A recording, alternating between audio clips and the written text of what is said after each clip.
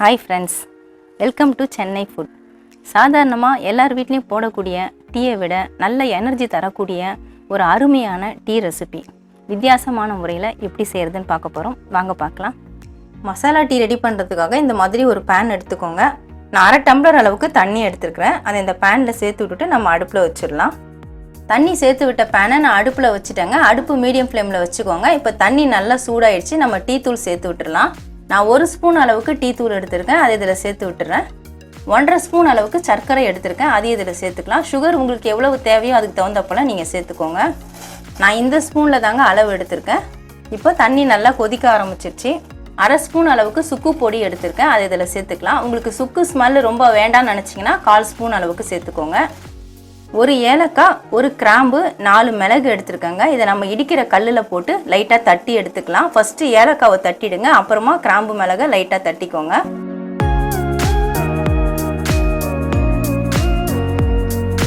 பாருங்கள், இடிக்கிற கல்லில் வச்சு 1 ஏலக்காய், 4 மிளகு, 1 கிராம்பு எல்லாத்தையுமே நான் தட்டிட்டேன். அதை இதில் நம்ம சேர்த்து விட்டுடலாம்.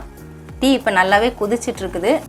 சேர்த்து விட்டுட்டு நல்லா இப்படி ஒரு சுழட்டி விட்டுடுங்க. நல்லா மிக்ஸ் ஆகிடும். இப்போ சேர்த்து விட்ட பொருளாக நல்லா கொஞ்சம் ஒரு 10 செகண்ட் கொதிக்கட்டும். மசாலா பொருட்கள்லாம் சேர்த்து விட்டு ஒரு 10 செகண்ட் நான் கொதிக்க விட்டுட்டேங்க. இப்போ நம்ம பால் சேர்த்து விட்டுடலாம். நான் இந்த டம்ளரில் தான் அரை டம்ளர் தண்ணி சேர்த்துருந்தேன். அதே டம்ளரில் நான் பால் சேர்க்குறேன். இந்த பால் வந்து கொஞ்சம் தண்ணி ஊற்றி காய்ச்சின பால் தான் இது. நீங்கள் தண்ணி ஊற்றாமல் திக்காக பால் காய்ச்சிருந்தீங்கன்னா 1/4 டம்ளர் அளவுக்கு நீங்கள் பால் சேர்த்துக்கோங்க. தண்ணி 3/4 டம்ளர் வச்சுக்கோங்க. இப்போ இந்த பால் இதில் சேர்த்து விட்டுடலாம். பால் சேர்த்து விட்ட உடனே ஒரு பொங்கி வரணும். அப்போ நீங்கள் சிம்மில் வச்சுக்கோங்க. இப்போ டீ நல்லா பொங்கி வருதுங்க. பொங்கி வரும்பொழுது பாத்திரத்தை இந்த மாதிரி கையில் எடுத்துகிட்டு ஒரு சுழட்டு நல்லா சுழட்டி விட்டுடுங்க. விட்டுட்டு அடுப்பை சிம்மில் வச்சுடுங்க. ஒரு 10 செகண்டு கொதிக்கட்டும்.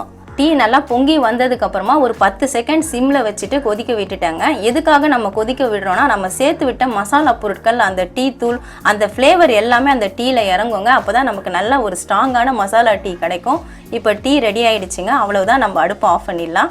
டீ பாத்திரத்தை நான் இப்போ கீழே இறக்கிட்டேங்க. இந்த மாதிரி வடிகட்டி வச்சு நம்ம கிண்ணத்தில் வடிகட்டிக்கலாம்.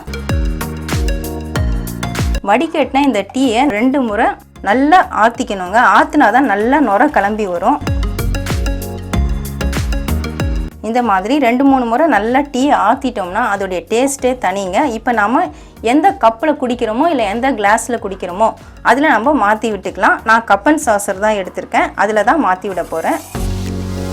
அவ்வளவுதாங்க, அருமையான ஸ்ட்ராங்கான மசாலா டீ ரெடி ஆகிடுச்சு. 2 நிமிஷத்தில் இந்த டீயை நம்ம ரெடி பண்ணலாங்க. நல்ல டேஸ்ட்டாக இருக்கும். நமக்கு நல்ல ஒரு எனர்ஜியை தரக்கூடிய டீ தாங்க இது. நீங்களும் ரெடி பண்ணி பாருங்கள். ரொம்ப ஈஸியாக இந்த டீயை நம்ம ரெடி பண்ணலாம். நீங்கள் நார்மலாக போடக்கூடிய டீயை விட இந்த டீயில் எல்லா பொருட்களும் நம்ம சேர்த்து செய்கிறதுனால நல்ல டேஸ்ட்டாக இருக்கும், அருமையாக இருக்கும். நீங்கள் கண்டிப்பாக ட்ரை பண்ணி பாருங்கள். வித்தியாசமான முறையில் ஒரு டீ ரெசிபியை தான் இன்றைக்கி வீடியோவில் பார்த்துருப்பீங்க. இதே மாதிரி டீயை நீங்கள் தினந்தோறும் உங்கள் வீட்டில் போட்டு குடிச்சு பாருங்கள். ரொம்பவே டேஸ்ட்டாக இருக்கும். கண்டிப்பாக ட்ரை பண்ணி பாருங்கள். உங்களுக்கு இந்த வீடியோ பிடிச்சிருந்தா லைக் பண்ணுங்கள், ஷேர் பண்ணுங்கள், சப்ஸ்கிரைப் பண்ணுங்கள். சப்ஸ்கிரைப் பண்ணவங்க மறக்காமல் பெல் பட்டனை கிளிக் பண்ணுங்கள். இந்த வீடியோவில் ஏதாவது டவுட்ஸ் இருந்தால் கமெண்ட்ஸில் கேளுங்கள். நன்றி, வணக்கம்.